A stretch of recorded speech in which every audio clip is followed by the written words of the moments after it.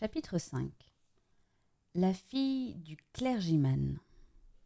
Tupence, qui tournait en rond autour du bureau, déclara d'un ton maussade. « Je voudrais que nous soyons appelés à venir en aide à la fille d'un pasteur. »« Pourquoi ?»« Vous l'avez peut-être oublié, Tommy, mais je suis moi-même fille de pasteur. Je me souviens de ce que cela signifiait pour moi. D'où ce besoin d'altruisme, cet esprit de charité envers mon prochain,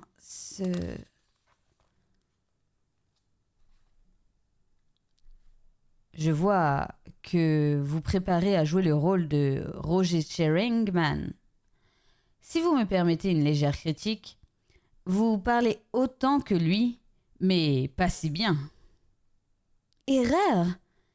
Mes propos sont dotés d'une certaine subtilité féminine, un je ne sais quoi qu'aucun mâle ne saurait égaler. Je possède de plus des qualités inconnues de mes prototypes. Et ce bien prototype que je voulais dire, les mots sont des choses tellement incertaines.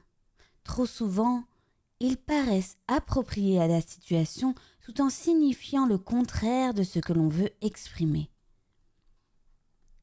Continuez, encouragea Tommy en dissimulant un sourire. Rassurez-vous, c'est ce que je fais. Je ne m'arrêterai un instant que pour reprendre haleine. Pour en revenir à mes pouvoirs personnels, je désire tant aujourd'hui venir en aide à la fille d'un pasteur que vous verrez, Tommy, la première personne qui viendra implorer l'aide des célèbres détectives Blunt sera la fille d'un pasteur. Je vous parie que non. D'accord. Attention, laissez-moi bondir à ma machine à écrire. Voici un client. Le bureau de Mr. Blunt ressemblait à une ruche au travail lorsque Albert en ouvrit la porte pour annoncer « Miss Monica Dean ». Une grande jeune fille aux cheveux châtains, vêtue très modestement, s'encadra sur le seuil et s'immobilisa. Tommy se porta à son secours. « Entrez, Miss Dean. Asseyez-vous et confiez-nous ce que nous pouvons pour vous. Permettez-moi de vous présenter ma secrétaire particulière, Miss Sheringham. »« Ravie de faire votre connaissance, Miss Dean. » roucoula Tupence. « Votre père appartenait au clergé, n'est-ce pas ? » ?»« En effet. Mais comment le savez-vous ? » « Ah, nous avons nos méthodes. Ne vous étonnez pas si je parle beaucoup. Mr. Bland aime m'entendre. Il dit que cela lui donne des idées. » La jeune fille la regarda, ahurie. Elle n'était pas belle, mais jolie avec un petit air désenchanté. Ses yeux bleus foncés étaient très beaux, mais les cernes qui les creusaient disaient les soucis et l'anxiété. « Racontez-moi vos ennuis, Miss Dean, » conseilla Tommy. La jeune fille se tourna vers lui et commença. « C'est une telle histoire décousue. Mon père était recteur de Little Hemsley, dans le Suffolk. Il mourut voici 3 ans, nous laissant, ma mère et moi, très dépourvus. Je pris un poste d'institutrice, mais ma mère devint infirme et je dus abandonner mon travail pour la soigner. Nous étions désespérément pauvres, mais un jour nous reçûmes la lettre d'un notaire nous annonçant qu'une tante de mon père venait de mourir en me laissant son héritage. J'avais souvent entendu parler de cette tante qui s'était querellée avec mon père bien des années plus tôt. La sachant très riche, ma mère et moi pensâmes que nos soucis allaient prendre fin, mais les choses ne se présentèrent pas ainsi que nous l'avions espéré. J'héritais bien de la maison dans laquelle ma tante avait vécu, mais une fois les droits de succession payés, il ne resta pas d'argent. J'imagine que ma tante avait dû perdre sa fortune pendant la guerre ou qu'elle avait vécu de son capital durant sa vieillesse. Néanmoins, nous avions la maison et bientôt nous eûmes l'occasion de la vendre à un prix assez avantageux. Mais c'est peut-être idiot de ma part, je refusai l'offre. Nous occupions alors un logement minable mais coûteux, et je pensais que si nous habitions à Red House, ma mère s'installerait dans des pièces confortables et nous pourrions prendre des pensionnaires pour couvrir nos frais. Nous adoptâmes ce plan en dépit d'une offre plus importante d'un gentleman désirant la maison. Nous nous sommes installés et je fis paraître des annonces dans les journaux pour attirer des pensionnaires. Les premiers temps, tout alla mieux, et nous reçûmes plusieurs lettres de personnes désirant venir vivre à la campagne quelques jours. La vieille servante de ma tante resta avec nous et nous nous partageâmes le travail. Puis, des événements inexplicables se produisirent. Quels événements? La maison parut ensorcelée. Les tableaux se mirent à tomber, la vaisselle a volé à travers les pièces en se brisant, et un matin, nous nous aperçûmes que les meubles avaient changé de place. Nous avons d'abord cru que quelqu'un nous jouait un mauvais tour, mais bientôt il nous fallut abandonner cette hypothèse. Parfois, alors que nous étions tous réunis pour le souper, un terrible fracas éclatait au-dessus de nous et, nous rendant vivement à l'étage, nous trouvions un objet brisé sur le sol. « Un esprit frappeur !» s'exclama Tuppence, très intéressé. « C'est ce que pense le docteur O'Neill. En tout cas, le résultat fut désastreux. Nos pensionnaires nous quittèrent en toute hâte et ceux qui les remplacèrent agirent de même. J'étais désespérée. Pour couronner le tout, notre petite rente nous fut coupée. La compagnie qui nous la servait disparut brusquement. Ma pauvre amie, salmodia Tuppence, vous avez eu bien des soucis. Vous voulez que Mr. Blunt procède à une enquête sur cette histoire de fantôme? Attendez, ce n'est pas tout. Il y a 3 jours, nous avons reçu la visite du docteur O'Neill. Il nous dit qu'il faisait partie de la société de recherche psychique et qu'il s'intéressait vivement aux curieuses manifestations dont notre maison était l'objet, et cela à tel point qu'il désirait acheter la maison pour y procéder à certaines expériences. Eh bien, aux premiers abords, sa proposition me remplit de joie, car c'était là le seul espoir d'arriver au terme de nos préoccupations, mais... Peut-être allez-vous me juger capricieuse, et il est bien possible que vous ayez raison, mais il s'agissait du même homme. Quel homme? Celui qui voulait acheter notre maison au préalable, j'en suis certaine. Et pourquoi cela vous ennuie-t-il? Vous ne comprenez pas. Les 2 hommes étaient très différents physiquement. Le premier est assez jeune, soigné, brun, ne comptant pas plus d'une 30aine d'années. Le docteur O'Neill, lui, semble avoir 50 ans, porte une barbe grise, des lunettes et marche courbée. Toutefois, lorsqu'il s'est mis à parler, j'ai remarqué qu'il avait une dent en or d'un côté de la bouche. L'autre homme a une dent en or exactement au même endroit. De plus, ses oreilles de forme assez particulière n'ont presque pas de lobe et sont exactement semblables à celles du docteur O'Neill. Ces 2 détails ne peuvent quand même pas être une simple coïncidence. J'ai réfléchi et finalement j'ai écrit au docteur O'Neill pour lui annoncer que je lui donnerais une réponse définitive dans 1 semaine. J'avais remarqué l'annonce de Mr. Blunt il y a quelque temps dans un journal qui tapissait un tiroir de la cuisine et je suis venue vous trouver. Vous avez eu raison, l'approuva Tuppence avec chaleur.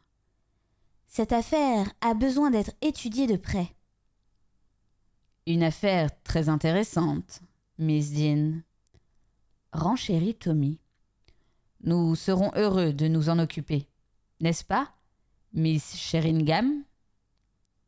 Certainement, et nous irons jusqu'au bout. Je crois comprendre que seule, votre mère, vous et une servante occupez la maison. Miss Dean, pouvez-vous nous donner quelques détails sur la domestique? Elle s'appelle Croquette et était au service de ma tante depuis 8 ou 10 ans. Elle n'est plus très jeune et de caractère acariâtre, mais c'est une bonne servante. Elle se donne des airs parce que sa sœur a épousé un homme au-dessus de sa condition. Croquette a un neveu qui, nous dit-elle, est un parfait gentleman. Tommy poussa un grognement indistinct. Il ne savait pas comment diriger la suite de l'entretien. Mais Tuppence, qui avait observé la jeune fille avec intérêt, déclara: « Je crois que le mieux serait que Miss Dean vienne déjeuner avec moi. Il est presque 1 heure et, à table, je pourrai noter tous les détails supplémentaires dont nous aurons besoin. » « Excellente idée, Miss Sheringham, » approuva Tommy. Alors que les 2 femmes étaient attablées dans un restaurant du voisinage, Tuppence se pencha vers sa compagne. « Je désire que vous m'avouiez franchement si vous avez une raison particulière de vouloir découvrir la vérité sur cette histoire. » Monica rougit. « Eh bien, Racontez-moi tout. »« Eh bien, 2 hommes désirent m'épouser. » L'histoire habituelle, je suppose. L'un est riche, l'autre pauvre, et le pauvre est celui que vous préférez. Je ne comprends pas comment vous pouvez deviner tout cela. Ah, vous savez, votre cas n'a rien d'exceptionnel. Cela arrive à tout le monde et je me suis moi-même trouvée dans cette situation. Si nous vendons la maison, nous n'aurons même pas de quoi vivre. Gérald est adorable, mais il est extrêmement pauvre, bien qu'il soit un ingénieur plein de talent. Si seulement il possédait un petit capital, sa firme le prendrait comme associé. L'autre, Mr. Partridge, est un excellent homme et fortuné, ce qui signifie que si je l'épousais, ce serait la fin de nos soucis. Mais... D'accord. Vous pouvez vous évertuer à répéter combien il est bon et riche, énumérer ses qualités. Le résultat sera toujours le même, c'est l'autre que vous voulez. Monica hocha la tête sans répondre. Il va falloir que nous nous rendions sur place pour étudier l'affaire. Quelle est votre adresse? Red House, Starton-in-the-Marsh. Alors que Tuppence prenait note, la jeune fille chuchota en rougissant. Je ne vous ai pas demandé au sujet des conditions. Nous ne nous faisons payer qu'après les résultats. Si le secret éclairci de Red House est, comme je commence à le croire, d'après la ténacité du mystérieux gentleman dont vous nous avez parlé, bénéfique, nous vous demanderons un petit pourcentage. Sinon, rien. Merci. Maintenant, oubliez tous ces soucis. Vous verrez, tout ira bien, et mangeons en parlant de choses plus intéressantes. Les Béréforts s'étaient installés à l'auberge de Tunley, la couronne et l'ancre. Tommy, qui regardait par la fenêtre de leur chambre, remarqua d'un ton lugubre: « Nous voici donc à fouiller les oies, quel que soit le nom de ce patelin. » Tuppence essaya de lui remonter le moral en proposant: « Revoyons l'affaire. Voulez-vous » ? Avec plaisir. permettez-moi de vous donner mon opinion en premier. Je suspecte la mère infirme. Pourquoi ? Ma chère Tuppence, mettez-vous bien dans la tête que cette histoire d'esprit frappeur est un coup monté destiné à persuader la jeune fille de vendre la propriété. Monica Dean nous a dit que tout le monde se trouvait réuni pour le dîner lorsque les objets se fracassaient au sol, à l'étage. Mais si la mère est une infirme, elle devait se trouver elle-même à l'étage dans sa chambre. Du fait de son infirmité, elle aurait difficilement pu, me semble-t-il, changer les meubles de place. Mais il est possible qu'elle ne soit pas du tout infirme. Elle pourrait très bien simuler l'impotence. Dans quel but ? Évidemment. Je partais seulement de ce principe bien connu que le coupable est presque toujours la personne la moins suspecte. Vous tournez tout en plaisanterie. Il doit y avoir une raison qui pousse ces étrangers à vouloir acquérir cette maison. Et si cela ne vous intéresse pas de découvrir leur mobile, cela m'intéresse, moi. J'aime bien Monica. C'est une fille très sympathique. Je suis de votre avis, mais je ne puis résister au plaisir de vous faire enrager, Tuppence. Évidemment, il y a quelque chose de caché dans cette maison, et quoi que ce soit, ce ne doit pas être facile à trouver, sinon un banal cambriolage ferait l'affaire. Du moment que l'on veut acheter cette demeure en usant de tous les moyens, cela signifie qu'il nous faudra soulever les lattes des planchers et, au besoin, abattre les murs, à moins qu'il n'y ait une mine de charbon dans le jardin. Je préférerais un trésor. Ce serait tellement plus romantique. Dans ce cas, je serais bien inspiré de rendre visite au directeur de la banque locale. Je lui expliquerai que je suis venu passer Noël dans son village, que j'ai l'intention d'acheter la Maison Rouge et j'étudierai avec lui la possibilité d'ouvrir un compte à sa banque. Mais pourquoi ? Attendez et vous verrez. 1 heure plus tard, Tommy était de retour, les yeux brillants. Nous progressons, Tuppence.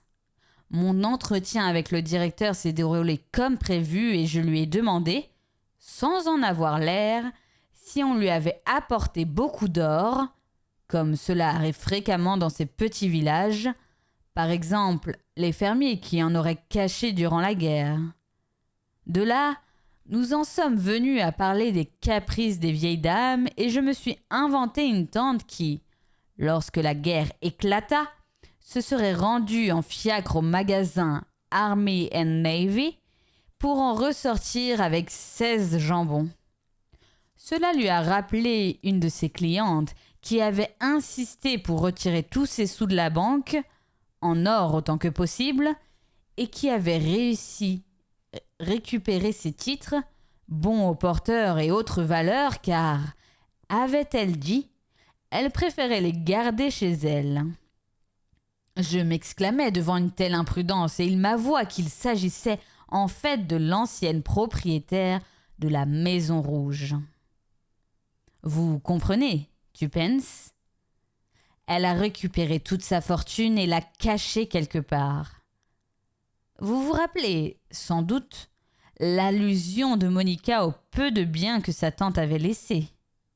Maintenant, je suis persuadée que la vieille dame a tout dissimulé chez elle et que quelqu'un est au courant. J'irai même jusqu'à affirmer que je sais de qui il s'agit. Qui ? Mais la dévouée Croquette, naturellement. Elle devait connaître toutes les excentricités de sa maîtresse. Et ce docteur O'Neill a la dent en or ? Et le neveu gentleman accompli. Sans aucun doute. Mais où se trouve le magot ? Vous qui en avez plus que moi sur les vieilles dames, Tuppence, avez-vous une idée de l'endroit où elles ont l'habitude de cacher leurs trésors ? Enveloppés dans des bas et sous-vêtements sous leur matelas. Vous avez probablement raison. Mais je ne pense pas que c'est ce qu'a fait la tante de Monica. Sinon, on l'aurait déjà trouvée. D'autre part, une dame âgée ne peut soulever elle-même les lattes du plancher ou pratiquer un trou dans un mur ou dans le jardin. Pourtant, le magot est quelque part dans la propriété. Croquette n'a pas encore mis la main dessus, mais elle sait qu'il n'est pas loin et le jour où son neveu et elle seront propriétaires des lieux, ils pourront tout retourner à leur guise. Il nous faut les devancer. Venez, rendons-nous tout de suite à la Maison Rouge. Monica Dean les reçut. Pour sa mère et Croquette, les Bereford étaient des acheteurs éventuels de la propriété, ce qui expliquerait leur inspection des lieux. Tommy ne mit pas la jeune fille au courant des conclusions auxquelles il avait abouti, mais il lui posa plusieurs questions précises et apprit ainsi qu'une partie des vêtements et effets personnels de la défunte avait été donnée à Croquette, le reste distribué à des familles pauvres des environs. Votre tante a-t-elle laissé des papiers ? Le secrétaire en était plein, ainsi qu'un tiroir de sa chambre, mais il n'y avait rien d'important. Ont-ils été jetés ? Non, ma mère se refuse toujours à jeter de vieux papiers. De plus, elle y a déniché plusieurs recettes qu'elle se propose d'étudier un de ces jours. Tommy montra un vieil homme qui travaillait dans un parterre de fleurs. Ce jardinier travaillait-il ici du temps de votre tante ? Oui, il venait 3 jours par semaine. Il habite au village. Le pauvre vieux ne peut plus faire grand-chose à présent. Nous le prenons 1 jour par semaine pour entretenir le jardin. Nous n'aurions pas les moyens de l'employer plus souvent. Tommy adressa un clin d'œil à Tuppence, signifiant qu'elle devait garder Monica près d'elle pendant qu'il se rendrait auprès du vieil homme avec lequel il échangea des banalités sur le jardinage, puis Tommy s'enquit. « Vous avez bien enterré une boîte pour votre maîtresse, un jour ?» ?»« Non, j'ai jamais rien enterré pour elle. Pourquoi donc aurait-elle désiré mettre une boîte en terre ?» Tommy hocha la tête et regagna la maison les sourcils froncés. Si les papiers de la vieille dame n'apportaient aucun éclaircissement, l'affaire risquait d'être très difficile à résoudre. La maison était ancienne, pas assez cependant pour abriter un passage secret. Au moment où les Bereford allaient se retirer, Monica leur apporta une grande boîte en carton ficelé et chuchota. « Voici tous les papiers que j'ai trouvés. Si vous voulez les emporter avec vous, vous aurez tout le temps pour les consulter à votre aise. Mais je suis sûre que vous ne trouverez rien qui puisse vous éclairer sur les mystérieux incidents qui ont eu lieu dans cette maison. » Au même moment, un violent fracas éclata au-dessus de leur tête. Tommy courut à l'étage et trouva, dans une des pièces, un broc et une bassine brisés au sol. Il ne vit personne. Le fantôme recommence ses petites plaisanteries, murmura-t-il en grimaçant un sourire. Il regagna le rez-de-chaussée, rêveur. « Pensez-vous, Miss Dean, que je puisse parler à votre servante quelques instants ?»« Certainement, je vais l'appeler. » Monica se rendit à la cuisine et revint accompagnée de Croquette. Tommy lui annonça d'un ton aimable. « Nous pensons à acheter cette maison et ma femme se demandait si, au cas où l'affaire se concluait, vous accepteriez de travailler à notre service ?» Le visage respectable de Croquette n'exprima aucune émotion. « Merci, monsieur. Si vous le permettez, j'aimerais réfléchir à la proposition. » Tommy se tourna vers Monica. « La maison me plaît beaucoup, Miss Dean. Je crois comprendre que vous avez un autre acheteur en vue. Quelle que soit la somme offerte, je surenchérirai de 100 livres. » Monica murmura quelques mots polis qui n'encourageaient ni ne décourageaient, et les Bereford prirent congé. « J'ai vu juste, » annonça Tommy, alors qu'avec Tuppence, ils avançaient sur le chemin. Croquette est dans le coup. Avez-vous remarqué son essoufflement ? Elle a redescendu l'escalier de service en courant après avoir joué l'esprit frappeur à l'étage. Je suis presque persuadée qu'elle a introduit secrètement son neveu dans la maison pour qu'il la remplace dans son rôle pendant qu'elle restait sagement auprès de la famille. Vous verrez que le docteur O'Neill fera une nouvelle offre avant la fin de la journée. Effectivement, alors que les Bereford venaient de se restaurer à l'auberge, on leur apporta un mot de la part de Miss Dean qui disait « Je viens d'avoir des nouvelles du docteur O'Neill. Il augmente son offre précédente de 150 livres. » « Le neveu doit avoir des ressources, » constata Tommy. « Et je vais vous dire quelque chose, ma chère. Le butin qu'il espère ne vaut sûrement pas toutes ses dépenses. » Si seulement nous pouvions mettre la main dessus. Pour cela, il nous faut d'abord procéder aux recherches préliminaires. Ils trièrent les papiers remis par Monica. Besogne fastidieuse que le couple interrompit, de temps à autre, pour comparer ses notes. « Quoi de neuf, Tuppence ? » 2 vieilles factures, 3 lettres sans importance, une recette sur la façon de conserver des pommes de terre nouvelles et une autre sur un gâteau au fromage et au citron.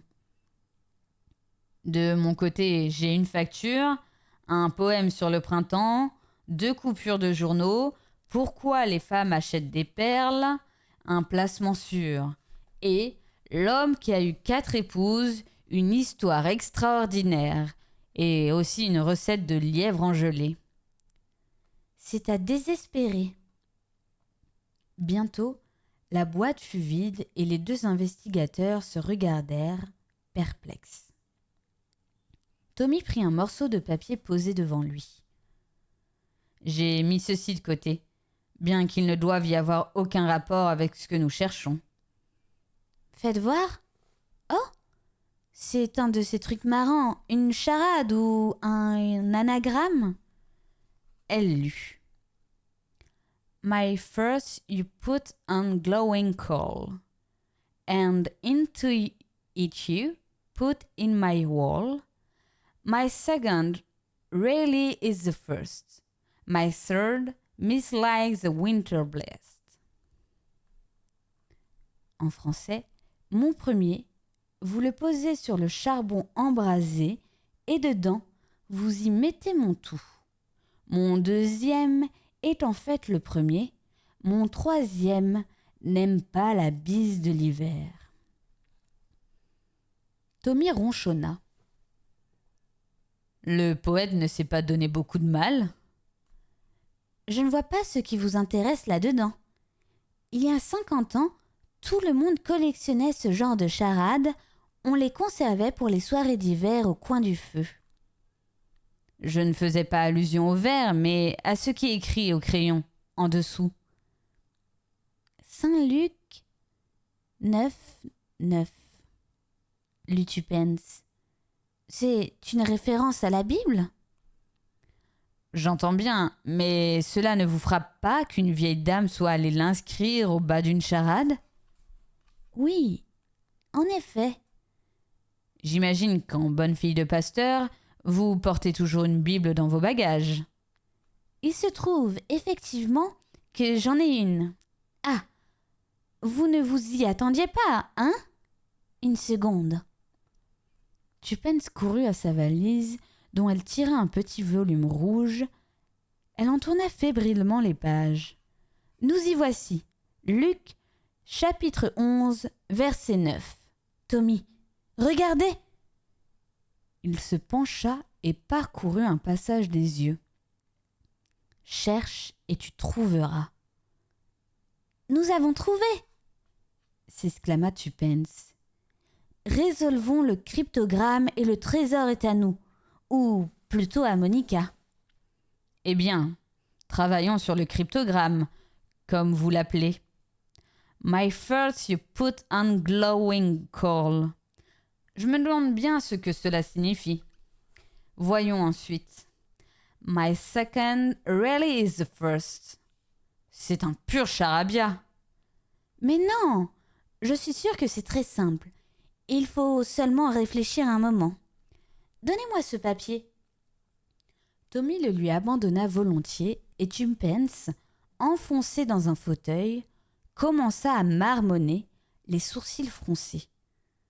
Au bout d'une demi-heure, Tommy remarqua d'un ton détaché. « Alors, c'est si simple que cela ?» Vexé, Tuppence répliqua. « Nous n'appartenons pas à la bonne génération, c'est tout. Je suis bien tranquille. Si j'apporterais ce papier à une vieille femme du village, elle le déchiffrerait en un rien de temps. C'est un truc, rien de plus. » « Essayons encore une fois. » On ne peut pas poser beaucoup de choses sur du charbon embrasé. Il y a de l'eau pour l'éteindre, le bois pour le ranimer ou la bouilloire. J'imagine qu'il nous faut trouver un mot à une syllabe. Bois ne ferait pas l'affaire, par hasard? Non, car on ne peut rien mettre dedans. Il doit bien y avoir des objets d'une syllabe que l'on pose sur le feu. Saucepan, frying pan. Que pensez-vous de pot ou pan? Ce sont des ustensiles de cuisine. Pottery, peut-être. On le fait bien cuire dans le feu. Le reste ne collerait pas. Ah, zut! Ils furent interrompus par la servante qui venait leur annoncer que le dîner serait prêt dans une demi-heure. Seulement, Mrs. Lumley voudrait savoir si vous préférez vos pommes de terre sautées ou cuites à l'eau. Elle a les deux. Cuites à l'eau, répondit vivement Tuppence. J'adore les pommes de terre. Elle s'interrompit et Tommy la regarda étonné. Qu'y a-t-il, Tuppence? Vous avez vu un fantôme? Tommy, ne comprenez-vous pas? C'est cela. Je veux dire, le mot est potatoes. My first you put on glowing coal. C'est pot. And into it you put my wool. My second really is the first. C'est A, la première lettre de l'alphabet. My third miss like the winter blaze. C'est Oz, naturellement. Vous avez raison, Tuppence. Vous êtes très maligne. Mais j'ai bien peur que nous ayons perdu beaucoup de temps pour rien. Potatoes ne va pas du tout avec un magot. Attendez, cependant. Qu'avez-vous lu lorsque nous fouillions dans la boîte? Quelque chose au sujet des pommes de terre nouvelles, je crois. Je me demande si cela nous éclairerait. Il fourragea parmi les vieux papiers et tira une feuille jaunie. Voici. Pour conserver des pommes de terre nouvelles, mettez-les dans une boîte en fer et enterrez-les dans le jardin. Même en hiver, elles auront conservé leur saveur comme si vous veniez de les déterrer. « Nous tenons la clé de l'énigme !» cria Tuppence. « Le trésor est dans le jardin, enterré dans une boîte en fer. » Pourtant, j'ai demandé au jardinier et il m'a dit qu'il n'avait jamais rien enterré. « Je sais. Mais les gens ne répondent jamais à ce que vous leur demandez exactement. Ils répondent à ce qu'ils pensent être susceptibles de leur demander. Ils savaient qu'ils n'avaient jamais rien mis de spécial sous terre. Mais demain, nous irons lui demander où il avait l'habitude d'enterrer les pommes de terre. » Le lendemain était la veille de Noël. À force d'interroger les passants, Tommy et Tuppence finirent par trouver le cottage où habitait le vieux jardinier et après quelques minutes de conversation, Tuppence aborda le sujet qui lui tenait à cœur. Je souhaiterais que nous puissions trouver des pommes de terre nouvelles à cette époque de l'année. Elles accompagneraient si bien la dinde. Est-ce que par ici, les gens ont la coutume de les conserver dans leur jardin, dans des boîtes en fer? J'ai entendu dire que c'est un moyen de les garder fraîches. C'est exact, répondit le vieil homme. Miss Dean, l'ancienne propriétaire de la Maison Rouge, m'en faisait toujours enterrer 3 boîtes chaque été. Et bien souvent, elle a oublié de les ressortir. Près du parterre, contre la maison? Non, contre le mur d'enclos, non loin du sapin. Munis du renseignement qui les intéressait, les Béréfort prirent bientôt congé du vieil homme, lui laissant 5 shillings comme étrenne. Maintenant, au tour de Monica. « Oh, Tommy, vous n'avez aucune notion du dramatique. Laissez-moi faire, j'ai un plan magnifique. Croyez-vous que nous puissions emprunter ou voler une bêche quelque part ?» Tant bien que mal, la bêche fut trouvée et tard, ce soir-là, un passant attardé aurait été surpris d'apercevoir 2 silhouettes se glisser dans les jardins du domaine de la Maison Rouge. L'emplacement indiqué par le jardinier fut découvert sans mal et Tommy se mit tout de suite au travail. Sa bêche heurta bientôt un objet métallique qui, tiré de terre, avait la forme d'une grande boîte de biscuits. Elle était scellée de sparadrap, mais, grâce au canif de Tommy, Tuppence l'ouvrit sans mal. La jeune femme poussa un grognement déçu en constatant qu'elle ne contenait que des pommes de terre. « Continuez à creuser, Tommy. » Il lui fallut plus de temps pour découvrir la seconde boîte qui, comme la première, était pleine de pommes de terre. « La troisième est toujours la bonne !» annonça Tuppence en guise de consolation. J'ai cependant bien peur que toute cette histoire soit une sorte de fable. La troisième boîte fut finalement mise à jour et les mains fébriles de Tuppence soulevèrent le couvercle. Encore des... Oh, Tommy! Il y a des pommes de terre que sur le dessus. Regardez! Elle tira un grand sac de velours, comme on les faisait autrefois. Rentrez vite à l'hôtel, car il fait un froid de canard, observa Tommy. Il faut que je comble les trous. Emportez le sac, mais ne vous avisez pas de l'ouvrir avant mon retour, sinon... Tuppence n'eut pas longtemps à attendre. Tommy arriva essoufflé et sans prendre le temps de se changer, il s'écria. « Enfin, les agents privés vont pouvoir prospérer. Montrez-nous le butin, Mrs. Béréfort. » Le sac contenait un paquet enveloppé de toile imperméable et une bourse en peau de chamois très épaisse. Ils inspectèrent cette dernière en premier et la trouvèrent pleine de souverains. Tommy les compta. 200 livres or. J'imagine que c'est tout ce que la banque a accepté de lui donner. Ouvrez le paquet, Tuppence. La jeune femme en tira une énorme liasse de billets de banque que les jeunes gens comptèrent ensemble. Il y en avait pour 20 000 livres. Tommy émit un long sifflement. « Mazette! N'est-ce pas une chance pour Monica que nous soyons tous deux riches et honnêtes? Qu'y a-t-il dans ce papier de soie ?» Tuppence l'ouvrit et en tira un magnifique collier de perles. « Je ne suis pas expert en bijoux, » observa Tommy, « mais je suis presque certain que ces perles valent au moins 5 000 livres, à en juger par leur grosseur. Je comprends à présent pourquoi la vieille dame gardait cette coupure de journal où il est question de perles comme un bon placement. Elle a liquidé toutes ses valeurs pour les changer en argent et en perles. » N'est-ce pas merveilleux, chère Monica? Elle va pouvoir épouser son Gérald et vivre heureuse, comme moi. Ce que vous venez de dire est très gentil, Tuppence. Ainsi donc, vous êtes heureuse? Oui, Tommy. Mais je ne voulais pas vous le dire. Cela m'a échappé. L'excitation, la soirée de Noël et... Si vous m'aimez vraiment, répondrez-vous à une question? Je déteste ce genre d'attrape. Mais enfin, d'accord. Comment avez-vous deviné que Monica était la fille d'un pasteur? Oh, j'ai triché.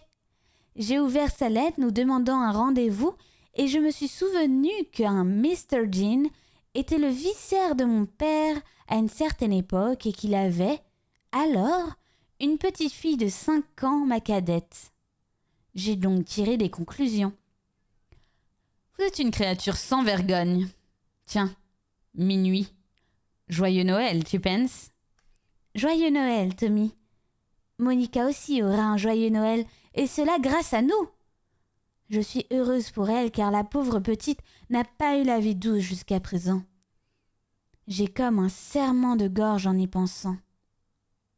Cher Tupence. Tommy chéri, ce que nous devenons sentimentaux. Tommy leva un doigt sentencieux. Noël ne vient qu'une fois par an. C'est du moins ce qu'affirmaient nos grands-mères.